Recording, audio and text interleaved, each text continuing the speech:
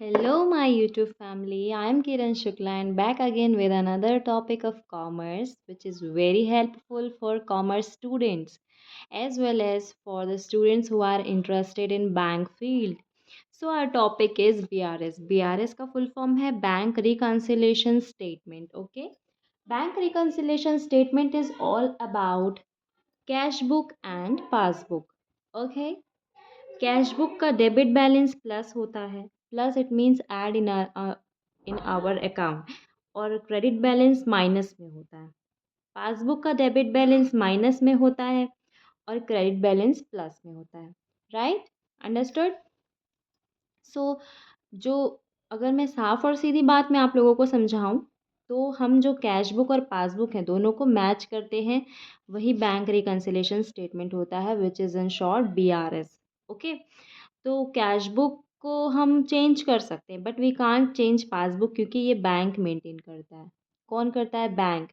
So we only have to made changes on our cash book. Right, हमको bank की जो passbook है उसके अकॉर्डिंग ही अपने कैश बुक में चेंजेस करने होंगे, वही बैंक रिकन्सिलेशन स्टेटमेंट कहलाता है। So let's start with our proforma and questions. Proforma जो होता है वो इस टाइप का है कुछ, कि पर्टिकुलर्स बनते हैं, ऊपर में लिख दिया जाता है BRS एज ऑन, ये डेट जो भी रहता है। ओके, फिर पर्टिकुलर्स होते हैं और एक प्लस का साइन होता है, मतलब ऐड, हमारे बैंक जो कैश बुक है उसमें अमाउंट का ऐड होना प्लस में आता है। और माइनस में क्या आता है? जो हमारे लिए मतलब जो पासबुक में माइनस होगा वो इस पे आएगा। ओके, तो ये चीज़ को आपको याद रखनी है। कैश बुक का डेबिट प्लस होता है पर पासबुक का डेबिट माइनस होता है। कैश बुक का क्रेडिट माइनस होता है बट पासबुक का क्रेडिट प्लस होता है। Okay, passbook it means all about the transactions recorded in the bank, और ये हम अपने लिए बनाते हैं। Debit balance as per cash book, जो भी हमारा अगर हम क्वेश्चन सॉल्व कर रहे हैं तो वो हमारा स्टार्ट होगा debit balance as per cash book. Cash book में हमारा जो भी डेबिट बैलेंस होगा वो प्लस से स्टार्ट होगा।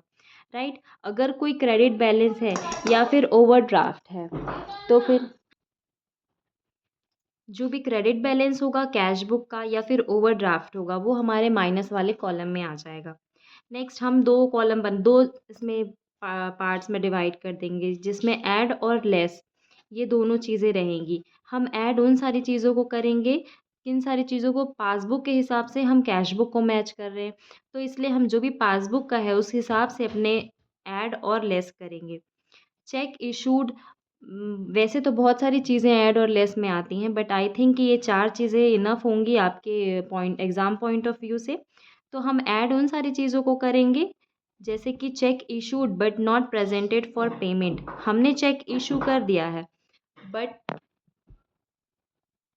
और कोई भी इंक्रीज होगा कैश में वो ऐड होगा। समझ में आ गया ना, कि जो भी चेक इशू होगा लेकिन प्रेजेंट नहीं होगा। चेक इशू हमने किसी को दिया है पैसे के लिए, चेक इशू कर दिया है। राइट, मैंने 1,000 का जो है चेक इशू किया है किसी पर्सन को, लेकिन उसने जाकर बैंक से लिया नहीं, तो इट मीन्स कि हमारे बैंक से वो माइनस नहीं हुआ है, तो वो हम जो है फिर से प्लस कर लेंगे अपने अकाउंट में।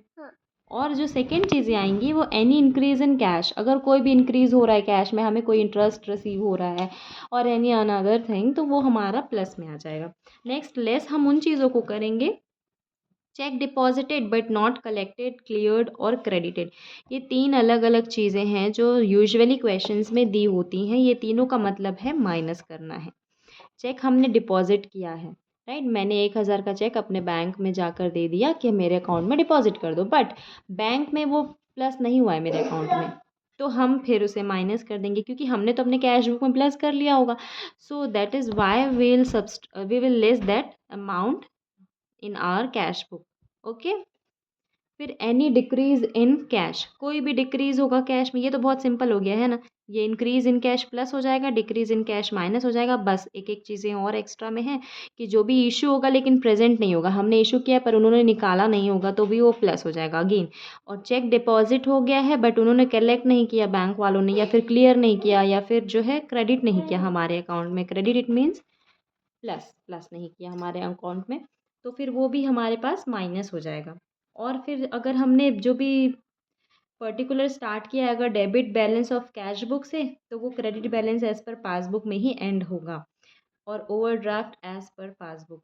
इस तरीके से हमारा प्रोफार्मा है। So let's start with a question to understand this very easily. ये मैंने एक क्वेश्चन और एक सॉल्यूशन तैयार किया है। आप अगर इसे समझ जाएंगे तो ये बहुत अच्छी चीज़ है। बीआरएस तो बहुत इजी है, क्योंकि इसमें ज़्यादा कुछ दिमाग नहीं लगाना होता है। जो प्लस हो रहा है वो प्लस हो रहा है, जो माइनस हो रहा है वो माइनस हो रहा है। बस हमें ध्यान इस रूल को रखना है, दिस कैश बुक का और ये पासबुक का, ये दोनों रूल को हमको ध्यान में रखना है, और ये proforma. Okay. On 31st March, bank balance as per Rajesh cash book was 17,280. On comparing the cash book with passbook, following were found. तो हमारा जो मेन बैलेंस है स्टार्टिंग से हो रहा है 17,280 से। क्या बोलता है ये देख लीजिए, बैंक बैलेंस एज पर राजेश कैश बुक का बोल रहा है, तो debit balance as per cash book, debit balance as per cash book 17,280।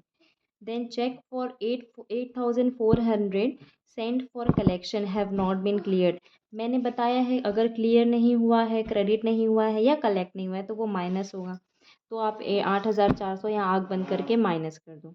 Okay.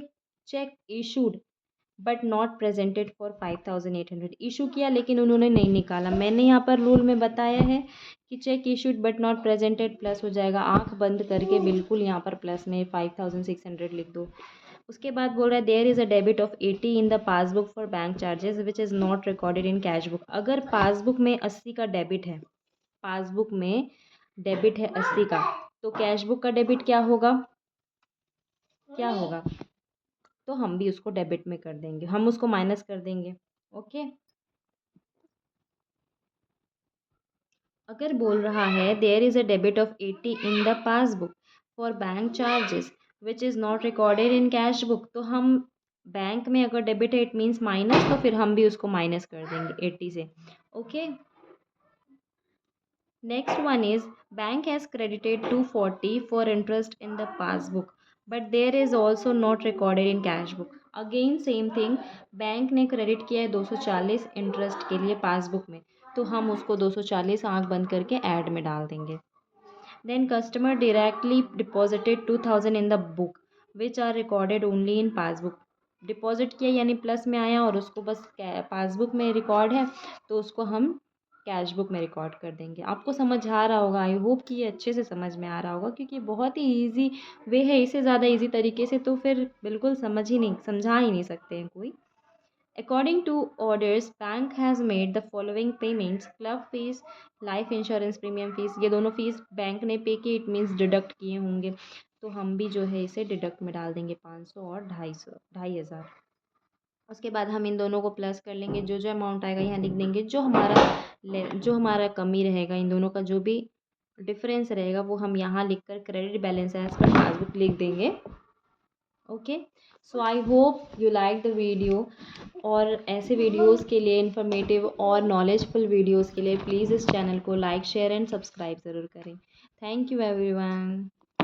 Radhe Radhe.